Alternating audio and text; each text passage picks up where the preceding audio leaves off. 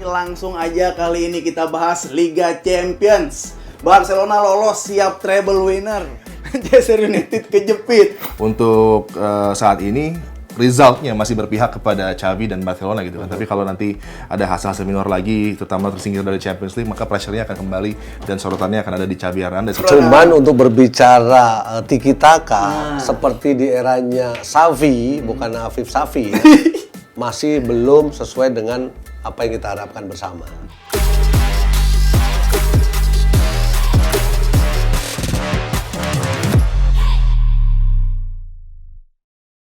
Kembali lagi di Kick and Runs, masih bareng gua Afif Safi dan masih ditemenin oleh Bung Adiani dan Bung Supri. Langsung aja kali ini kita bahas Liga Champions. Barcelona lolos siap treble winner. Manchester United kejepit. Tapi sebelumnya mau ngasih tahu lagi buat like, comment, dan subscribe. Dan di-share juga nggak apa-apa karena ini banyak berita-berita menarik seputar olahraga ya. Di-subscribe channel YouTube Run Sportainment. Wah ini langsung aja Liga Champions. Ini lagi seru-serunya. Kita ke grup F dulu. Nih ada Dortmund yang menang 3-1 lawan Milan. Entah sesuai prediksi atau enggak itu Milan agak susah menang di Liga Champions. Dan Paris Saint-Germain ini dapat penalti yang kontroversi nih lawan Newcastle. Dan sedikit mengenai jalannya pertandingan ini antara grup F aja. Bung Supri. Iya, Milan kan memang sulit ya untuk bisa menang ya, karena kan kedalaman skuad, taktikalnya memang sepertinya sudah gampang sekali dibaca oleh para pemain-pemain Dortmund. Dan para pemain Dortmund sangat efektif, bagaimana mereka mampu memaksimalkan setiap peluang menjadikan gol, itu yang membedakan. Stefano Pioli pun juga mengatakan bahwa para pemain Dortmund lebih mampu untuk menyelesaikan sekecil peluang menjadikan gol. Itu yang membedakan. Karena beberapa kali juga terlihat para pemain-pemain depan Milan walaupun sempat menyamakan kedudukan, tapi mereka masih sulit untuk bisa memaksimalkan peluang yang terjadi di depan gawang. Wah, ini statement nyerah apa gimana dari Pioli nih? Gimana kalau Bung Adi ngeliatnya nih? Milan, wah bahaya Milannya. Milan dalam kondisi yang kurang enak ya untuk menuju ke laga pamungkas dari grup ini, Group of Death yang sudah memberikan kita satu persaingan roller coaster, tapi tetap Dortmund yang punya pedigree, punya pengalaman, punya reputasi di Eropa, dan memang menjadi tim yang bisa menavigasi dengan cerdik laga-laga sulit yang mereka hadapi. Sempat memulai dengan slow starting, mereka juga bahkan di dua laga awal tidak tampil impresif dan cenderung justru membosankan karena adaptif terhadap lawan-lawan yang lebih agresif. Tapi kemudian ketika mereka sudah bisa mengamankan juga ritme di domestik, ini berlanjut di Eropa dan penampilan mereka kemarin di San Siro efektif, mengesankan, dan semuanya berjalan sesuai dengan apa yang diinginkan dengan mampu mengalahkan Milan 3-1. Transisi mereka semua efektif. Bahkan Pulisic ke pre-match mengatakan mereka coba untuk tampil lebih agresif tapi jadi bumerang justru bagi Milan sendiri. Dan yang menjadi momentum yang gagal dimanfaatkan adalah kegagalan Olivier Giroud di awal dengan sepakan penaltinya. Itu yang sebenarnya bisa mungkin sedikit menenangkan keadaan bagi para pemain Milan yang mungkin tegang juga karena finishing mereka sama sekali tidak impresif di Eropa. Dan bagaimana Leao pun terus membuang peluang demi peluang di laga-laga sebelum ini pun menjadi satu perhatian yang harus bisa Pioli perbaiki, tapi sudah mungkin terlambat ya. Ya, walaupun nanti di pertandingan terakhir kan mereka harus bertemu dengan Newcastle. Ya. Itu kan Di St. James sih. ya laga nggak mudah gitu kan gitu. Dan iya, kalau kita lihat kemarin juga sebelumnya dapat penalti ya pas di Liga Italia. Cuma gara-gara Giroud nggak main, akhirnya bisa gol. Dan kemarin Giroud main Nggak gol ya, dia nggak gol ya. Bisa jadi kiper kali waktu itu. Nah, tapi ini kira-kira gimana peluang Milan lah buat lolos, Om? Masih ada 90 menit ya kan. Artinya Milan harus bisa mampu untuk meraih poin di Newcastle di laga away, walaupun tidak mudah. Begitu juga dengan pertandingan yang lain kan harus ditentukan oleh PSG juga kan, dengan Dortmund. Saya pikir 90 menit itu peluangnya akan kecil ya. Masih seru sampai akhir. Masih seru, cuman untuk berbicara sejarah kan sebenarnya Milan kan rugi kalau sampai mereka tuh nggak bisa lolos gitu loh. Ya kan? Apalagi mereka punya tradisi yang kuat. Mereka juga di 90-an juga sempat menjadi raja di Liga Champion gitu kan. Sekarang kan ya kekuatan finansial memang mendominasi untuk sepak bola Eropa. Berarti lawannya kekuatan finansial Newcastle nih. Tapi kalau lu pengennya sebenarnya yang ngelihat pengennya Newcastle apa Milan yang lanjut? Kalau suruh memilih di antara dua itu tentunya Newcastle ya. Karena Newcastle punya cerita yang sangat menarik kalau kita ikuti sejak Eddie Howe datang dari dua terbawah ditransformasikan tim ini menjadi tim yang bisa bersaing di Champions League bahkan di Group of Punya Death. suntikan dana juga kan. Betul, tapi suntikan dana yang digunakan cukup cerdik juga oleh Eddie Howe, tidak serta-merta langsung membeli pemain-pemain dengan harga yang cukup tinggi gitu kan. Tapi kecelek juga sama Tonali. Bukan judi. Ya, dan kemarin juga mereka sepertinya ya boleh dikatakan dalam tanda kutip dirampok oleh keputusan dari VAR yang memberikan tendangan penalti dengan keadaan yang sebenarnya sangat sulit lah untuk diberikan penalti. Kalau berbicara word for word dari aturan penalti, tapi juga kemarin akhirnya diubah juga oleh UEFA gitu kan. Ketika keputusan itu memang sangat-sangat mengejutkan dari jarak yang begitu dekat, kemudian juga kontak tangan yang tidak terhindarkan, tapi terkena pantulan dulu kan? tubuh sendiri dulu.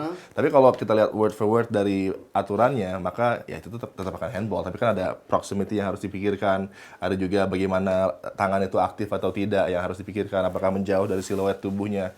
Kalau di aturan sebelumnya, maka dari tiga ini tidak termasuk dalam hitungan perbincangan, tapi kemudian kan kita bicara tentang VAR di Liga Inggris, VAR di Bundesliga juga mengatakan ini akan menjadi perhitungan dengan proximity tadi, dengan pergerakan tangan meninggalkan tubuh atau tidak.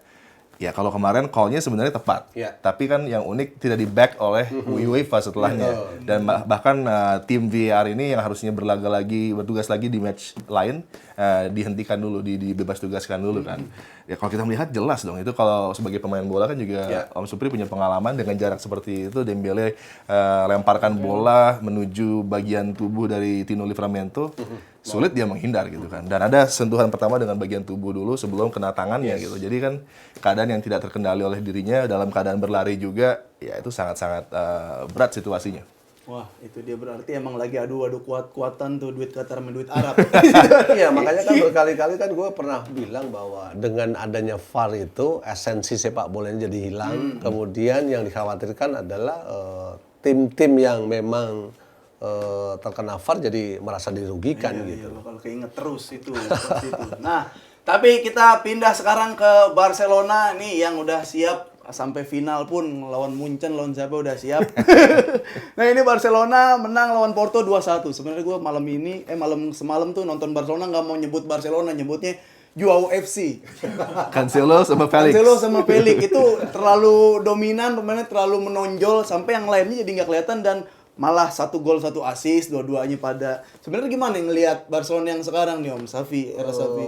Kalau berbicara Barcelona, gue mau jujur, golnya Cancelo keren.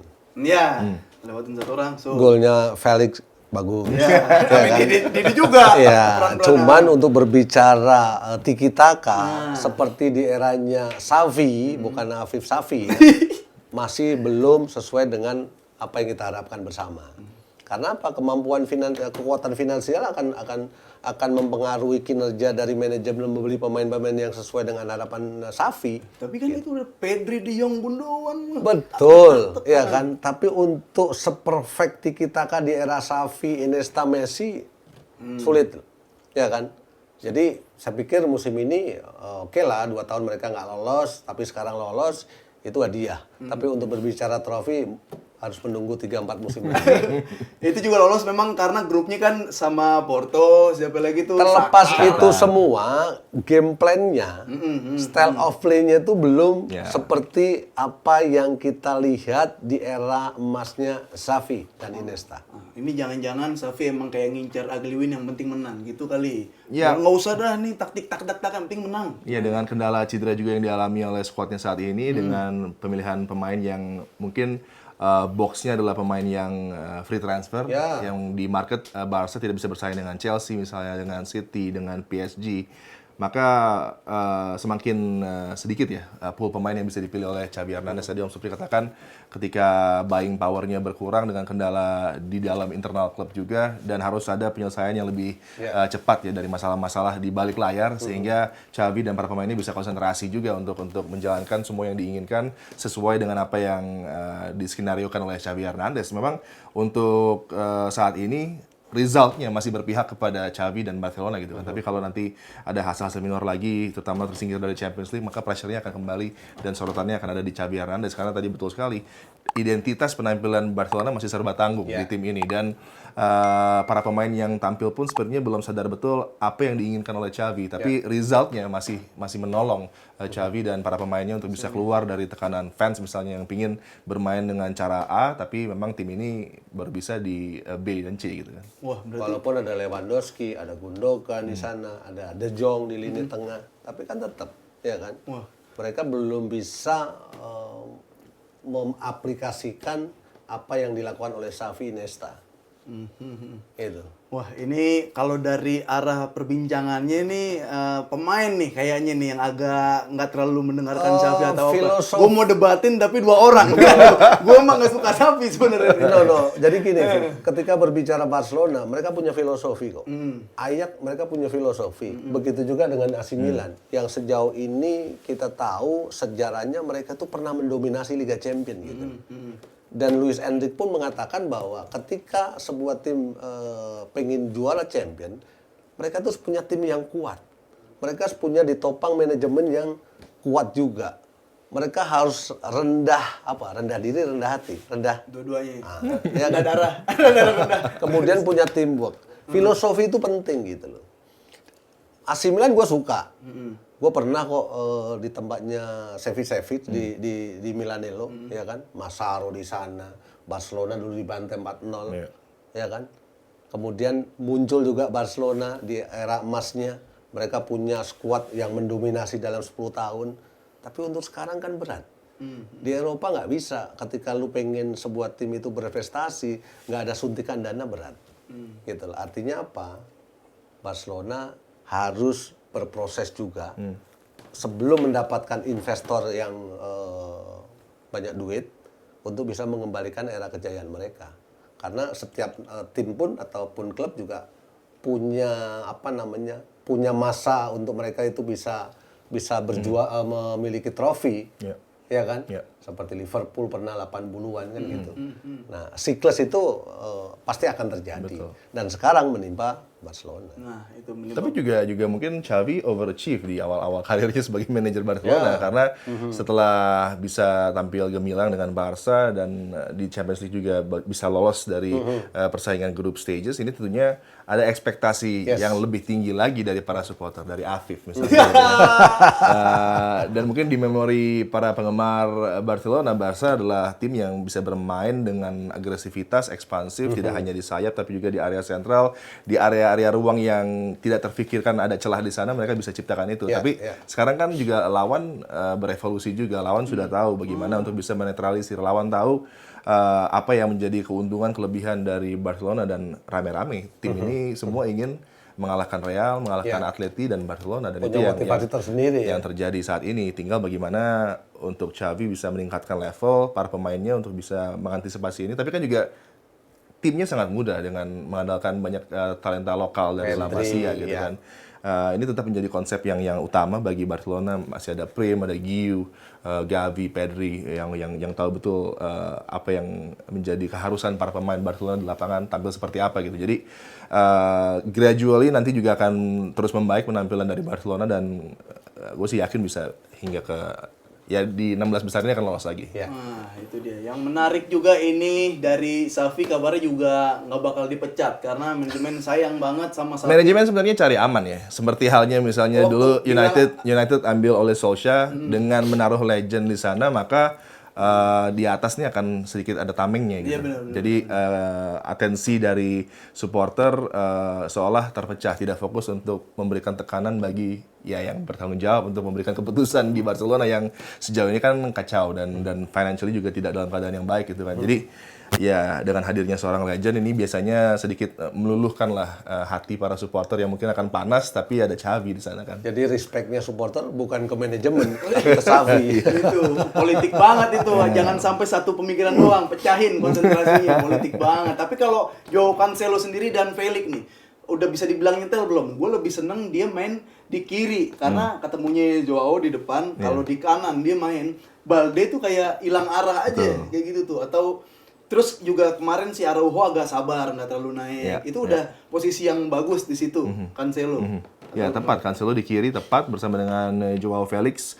Kombinasi mereka dan link up yang terjadi ya ketika Cancelo tampil sangat tinggi, maka Felix juga akan sedikit masuk ke dalam juga untuk bisa menerima bola-bola yang dipassing oleh Cancelo gitu kan. Dan Joao Felix adalah pemain yang justru tidak terlalu nyaman ketika dia sebagai center forward misalnya. Tapi kalau dia melakukan run-run yang dari menuju half space, justru ini keunggulannya. Tinggal bagaimana cepatnya bola bisa mengalir kepada Felix, yang ini masih menjadi satu hal yang sulit untuk bisa diterapkan oleh Barcelona karena banyak kesempatan ketika Felix sudah berlari, maka pemain-pemain di flank ini justru masuk ke dalam kan. Jadi run dari Felix ini percuma, tapi kalau dengan cepat dirilis bola, maka Felix akan menjadi pemain yang penting untuk sistem yang bisa membuat gol tercipta untuk Barcelona. Walaupun memang kemarin satu golnya dia datang pada saat yang tepat. Karena beberapa kali penampilan kan dia juga deadlock, nggak bisa cetak gol. Kemudian sejauh ini di 16 kali penampilan juga baru mencetak 4 gol.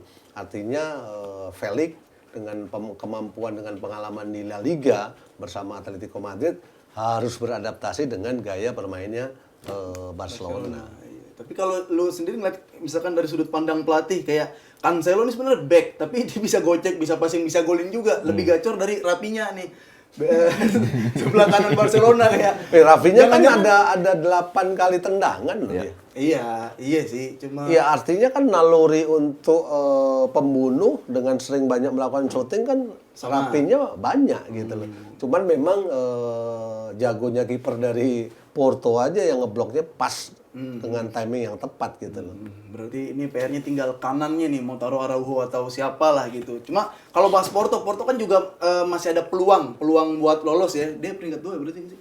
Peringkat 2 Porto ini di belakang, di depan ada PP juga namanya yang golin kemarin. Di belakang juga ada PP yang 40 ya umurnya. 40 tahun, PP 40 tahun masih main Liga Champions, Om. Gimana itu, Om? Ya, menarik ya, berbicara PP kan umur tidak menjadi halangan untuk dia selalu menjadi pilihan utama di lini pertahanan dari Porto gitu loh. Walaupun memang tidak lama lagi dia akan pensiun pastinya kan, tapi minimal performa dari PP itu kan membuat pemain-pemain muda yang lain itu termotivasi. Kemudian juga masing-masing pasti akan saling respect. Bagaimana junior menghargai senior, begitu juga dengan PP yang sejauh ini kan sangat baik juga penampilannya di Porto gitu. Porto Pembelajarannya itu sih sebenarnya buat gue. Tapi kalau Barcelona ini sejauh apa melangkah nih, udah lolos, asal jangan muncen dulu ketemunya. Tapi mereka akan bisa lolos lah sampai ke 8 besar. 8 besar. Ya. 8 besar aja. Dibantai lagi kalau Itu udah menjadi satu prestasi yang baik lah untuk Xavi dan juga Barcelona. Ini Adiannya sama gue percaya siklus itu ada gitu loh. Iya nggak? Iya, betul. gue kalau ngelihat lawannya dulu, kalau ngelawannya berat bisa langsung kalah Barcelona karena belum ada pengalaman Xavi di Terlambat lahir dia. Nah, ini kita ke Bayern Munchen, kita ke Galatasaray dan Manchester United. Tapi jangan lupa sekali lagi mengingetin buat like, komen, dan subscribe channel YouTube Peran Sportainment. Ini Galatasaray, Manchester United. Kalau gue bilang seru, Ya. kocak juga kocak. Mas gue lengkap lengkap gitu. Kalau Manchester Galatasaray dia punya back tapi nggak bisa ngalau bola. Kalau MU punya kiper tapi dia nggak bisa nangkep. Nah, itu kan seru banget. Nih ngeliatnya gimana nih? Sepak bola zaman dulu nih. Zaman dulu banget ya gitu. Kalau gua hanya bisa mengatakan dua ya, bahwa ketika terjadi pertandingan terbuka, detail-detail kecil itulah yang akan bisa menentukan permainan. Walaupun MU sempat unggul 3-1, bagaimana kecerobohan dari seorang penjaga gawang, kesalahan penjaga gawang membuat tuan rumah dengan motivasi yang tinggi, dengan animo supporter yang luar biasa, mereka selalu memberikan dukungan yang sangat konsisten selama pertandingan, mereka bisa menyamakan kedudukan. Artinya ada permasalahan juga di lini pertahanan dan penjaga gawang di Manchester United. Walaupun sudah membeli penjaga gawang yang mahal ya, Onana ya. Mahal. Tapi kan blundernya banyak juga. Blundernya mahal-mahal semua. Kalau Bung Adiani ngeliatnya gimana itu? Ya, ini kembali Ten Hag, Manchester United belum belajar dari apa yang terjadi di Copenhagen. Dan juga kita selalu berbicara tentang hal klise berbahayanya keunggulan 2 gol, 2-0, 3-1. Dan juga kita harus bicara tentang kalau tim berlaga di tandang dalam 3 kesempatan mampu menciptakan 3 gol seperti Manchester United. 3 pertandingan away 3 gol menghadapi Bayern, menghadapi Copenhagen, dan terakhir di Allianz Amiens menghadapi Galatasaray. Secara common sense harusnya kemenangan sudah bisa diraih. Betul. Karena tidak mudah menciptakan 3 gol di laga tandang. Tapi yang terjadi adalah semuanya lepas. Kalau melawan Bayern kan tidak ada kontrol bagi United. Tapi kalau lawan Copenhagen, lawan Galatasaray, tim ini dalam penuh kendali, kenyamanan bermain, start yang bagus, 20 menit unggul 2-0. Tapi kemudian Ten Hag lagi ke masalah dia yang sebagai juru taktik dia bingung dalam keadaan 2-0 apakah dia akan menyuruh untuk push menciptakan gol ketiga atau justru perkuat pertahanan dulu, tunggu sampai saat yang tepat maka counter. Tapi yang terjadi adalah serba tanggung dan pemain di lapangan terlihat juga bingung. Tidak bisa game management ini dengan baik diterapkan oleh Ten Hag dan lagi-lagi lepas keunggulan 2 gol dengan gaya permainan yang begitu terbuka juga di pertahanan. Sangat mudah dicari celahnya di sana. Hakim Ziyech menjadi pemain yang tampil luar biasa bersama dengan Wilf Zaha, tapi juga kan Galatasaray punya sistem pertahanan yang sama hancurnya gitu. Sacha Boey dia kuat untuk defending one on one, tapi ketika secara sistem maka back 4 atau back 5 ini Kaan Ayhan juga sulit karena selalu terisolir dan harus menghadapi 2 pemain United sekaligus, dan jarak yang tercipta menuju kotak penalti selalu ada space tanpa ada pressure bagi pemegang bola United seperti Bruno Fernandes yang bisa menembak dan menciptakan gol. Tapi kemudian juga game management dari United ini yang menjadi masalah, dan Onana. Kita tidak bisa membela Onana lagi kali ini karena membuat kerugian yang luar biasa besar dengan kesalahannya. Bahkan dengan gol pertama pun dia berjudi untuk ke kiri terlebih dahulu sebelum dia akhirnya mencek lagi untuk ke kanan terlambat gitu kan. Itu kan juga trust issue dengan pagar hidup yang dia bangun sendiri. Pagar hidupnya sudah harus menghalau kan di posisi yang penjaga gawang tidak bisa cover, dan dia harus cover sisi kanannya. Itu basic catch untuk penjaga gawang kalau dia stay di posisinya tanpa bergerak kan. Tapi ini tidak terjadi. Kemudian dia coba untuk melakukan tip untuk gol kedua. Dengan posisi seperti itu, tip akan sangat sulit. Lebih mudah untuk melakukan power save gitu kan. Tapi juga tidak terjadi dengan penuh keraguan ini yang membuat United yang sudah unggul dari Ale Garnacho, kemudian juga Fernandes bisa menciptakan gol, Scott McTominay juga demikian 3-1. Gagal lagi untuk bisa meraih kemenangan. Dan kembali sering gue bilang bahwa transisi itu kan menjadi nilai poin yang lebih untuk sebuah tim ya. Kemudian dari transisi tadi kekuatan tim akan seimbang. Kemudian juga overconfidence sepertinya kan terjadi di tubuh dari Manchester United. Sudah unggul tuh. Iya, udah unggul, mereka tetap dengan gaya, game plan, dengan konsep yang sama, meladenin tuan rumah untuk bermain lebih terbuka, ditambah lagi ya tadi error blunder yang dilakukan oleh Onana. Ini yang sangat disayangkan, bagaimana mereka itu butuh poin, mereka butuh kemenangan, tapi mereka gagal dengan gaya dan taktikal dia sendiri. Artinya kan tim ini kan tidak berubah dengan konsep di saat mereka itu menang, di saat mereka itu seri katakanlah, atau di saat mereka draw, tertinggal 3 kesempatan, 3 tahapan ini harusnya mereka harus jalankan dengan konsep cara yang berbeda. Tapi kalau dibilang tadi ini kayak nggak belajar MU lawan Copenhagen. Emang kalau udah unggul 2 gitu harusnya tuh kayak yang ya udah defend compact aja lah. No, biasanya tidak frontal untuk defend compact enggak, tapi minimal harus mencoba ya kan satu opsi pilihan taktikal yang berbeda dengan melakukan rotasi, dengan menarik satu pemain untuk bisa menjaga kedalaman, menjaga keseimbangan, kuat di lini pertahanan atau mungkin dari sisi gelandang sebelah kiri atau kanan. Karena kalau ini kan di loss aja gitu. Iya, dan coba untuk menjaga stabilitasnya dengan mengganti satu deep lying midfielder dalam diri Amrabat, tapi digantinya like for like dengan Kobbie Mainoo. Bukannya mengganti Scott McTominay yang lebih progresif. Kalau dalam keadaan untuk menjaga result, tentunya kan double pivot yang tampil deep akan membantu pertahanan. Tipikalnya presentasinya defense lebih tinggi. Tapi ini selalu saja terjadi dan ada mungkin naivety yang selalu gue bilang dari Ten Hag. Selalu dia sangat naif untuk bermain dengan satu gaya yang dia tahu progresif, meladeni tim. Padahal kan harusnya dia bisa adaptif juga dengan sedikit lebih cerdik, dan itu tadi game management dia masih belum di level elit, sehingga kita selalu berbicara tentang manajer elit, maka Ten Hag masih coba ke sana tapi masih tersangkut selalu, karena kan ini kan match-match yang bisa mengantar dia menuju elit, tapi dia dalam ujian selalu gagal gitu. Dan ini membuat sulit karena kembali kita harus kembali mengatakan 3 gol laga tandang harusnya menang.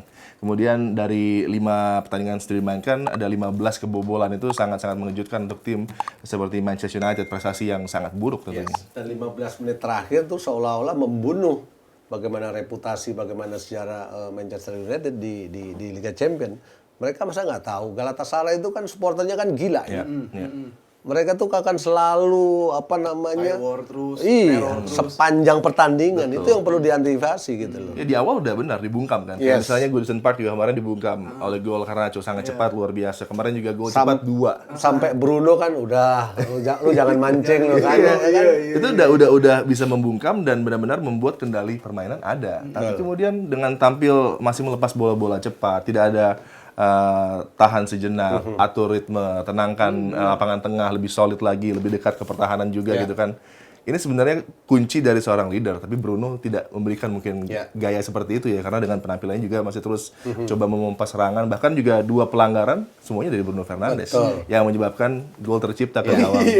Ada satu tendangan di menit-menit akhir yang kena Mister Ya, dari jarak jauh. Dan juga Pelistri ya, 2 kesempatan dia berduel dengan sesama Udah Uruguay, kosong, ada gawang. Torreira, ada Muslera. Doang capek, nampaknya habis gitu. Tapi bingung juga sih kalau jadi Ten Hag nih, kalau udah unggul 3-0 tapi kena comeback mulu, jangan-jangan besok-besoknya tuh kayak nggak atuh aja dulu, jangan digolin lagi. Ya itu kan kalau di Premier League gitu kan, 1 tahan. Kalau lebih dari 2 bahaya. Wah, itu dia. Jadi ini udah ngalir aja kalau ngomongin Manchester United ya, dan ditanya-tanya udah lengkap semua Karena pembahasannya. gue sukanya MU dulu di eranya Fergie, tertinggal lebih dahulu, begitu gue bikin kopi, itu udah 1-1 gitu. Ini kopinya gue hitung udah jadi 4 kemarin. Nah itu dia, tapi MU masih di peringkat 4, lolos atau kayak yaudah deh Europa League aja nggak apa-apa, atau sekalian kalah aja gimana? Enggak juga sih. Gue berpikir Ten Hag juga pasti akan mencoba ingin tim ini tetap lolos di Liga Champions. Oh iya, berarti menangin lawan Munchen. Oh iya, walaupun memang harus bergantung ke result hasil yang lain. dari Copenhagen lawan Galatasaray. Gimana ya, Bung Adi? Sama-sama.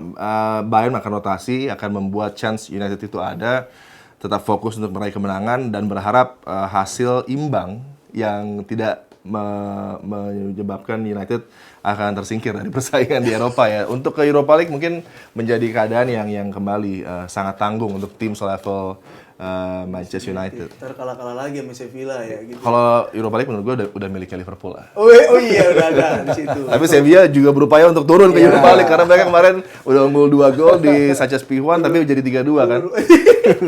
Itu dia. Tapi kalau emang agak susah untuk Manchester United lolos, itu info-info dari Bung Adi dan Bung Supri. Ini gue ada info juga kalau Bayern Munchen ini bakal menurunkan skuad yang C, dan Copenhagen Galatasaray mengundurkan diri. Jadi tetap senang ya fans Manchester United ya. Lolos. Ya jangan kemana-mana, masih banyak yang seru-seru lagi, tetap di Kick and Runs. Dan yang pasti lebih seru karena ini bahas Boxing Day. Nah, jadi dia main bola sambil pukul-pukulan. Tapi dengan fighting spirit, dengan mentality yang luar biasa dari pemain-pemain Chelsea, memang MU akan menang, tapi nggak mudah. Tetap Chelsea punya tendensi ketika menghadapi tim-tim yang ada di atasnya, biasanya mereka step up juga gitu kan.